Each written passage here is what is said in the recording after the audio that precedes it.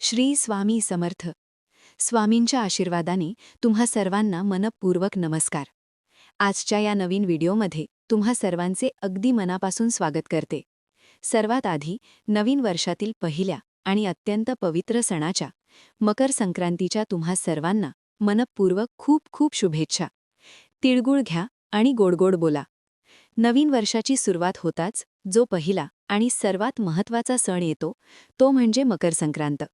हा सण तिळगुळ वाटून, हळदीकुंकू करून, पतंग उडवून आनंदाने साजरा केला जातो. त्याचबरोबर या दिवशी सुगड पूजनालाही विशेष महत्त्व दिले जाते. या दिवशी शेतातून जी नवीन पिके घरात येतात ती सर्व एका घटामध्ये भरून त्यांची पूजा केली जाते आणि यालाच सुगड पूजन असे म्हटले जाते. काही भागांमध्ये याला सुगड, बोळकी किंवा खण असेही म्हणतात.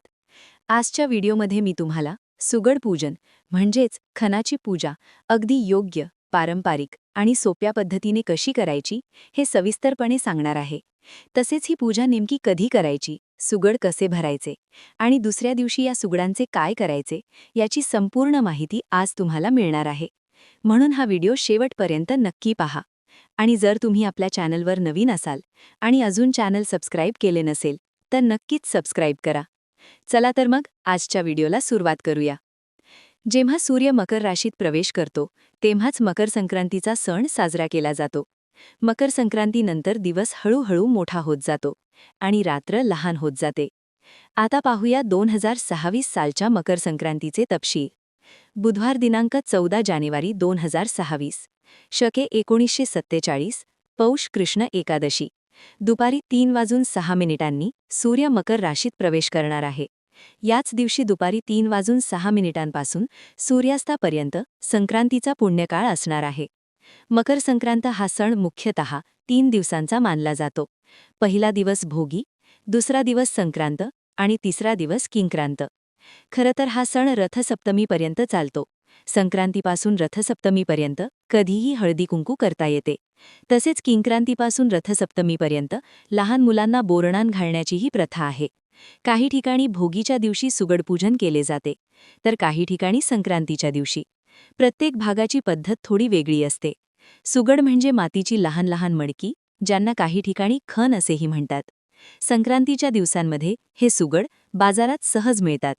कुठे काळ्या मातीचे तर कुठे तांबड्या मातीचे सुगड घेतले जातात. सुगड खरेदी करतानाच ते तुटलेले, फुटलेले किंवा चिरलेले नसावेत याची विशेष काळजी घ्यावी. खरेदी करतानाच ते नीट तपासून घ्यावेत. बाजारातून सुगड आणताना तिथेच त्यांना हळदीकुंकू लावून थोडे तीळ, तांदूळ किंवा तिळगुळ टाकून पूजा केली जाते आणि मग ते घरी आणले जातात. दरवर्षी संक्रांतीला नवा कोरा खण पूजला जातो. घरी आणल्यानंतर हे सुगड स्वच्छ पाण्याने धुवून घ्यायचे असतात. ज्या दिवशी पूजा करायची असेल त्या दिवशी सकाळी सुगड आणले तरीही चालतात किंवा आदल्या दिवशी आणले तरीही हरकत नाही. फक्त ते नीट सांभाळून ठेवायचे असतात. सकाळी लवकर उठून स्वच्छ आंघोळ करून सूर्यदेवाला अर्घ्य द्यायचे. देवघरातील पूजा झाल्यानंतर सुगड पूजन करायचे. देवघरात जागा असेल तर तिथे पूजा मांडावी, नसेल तर वेगळ्या ठिकाणी पाटावर नवकोरं वस्त्र घालून पूजा मांडावी.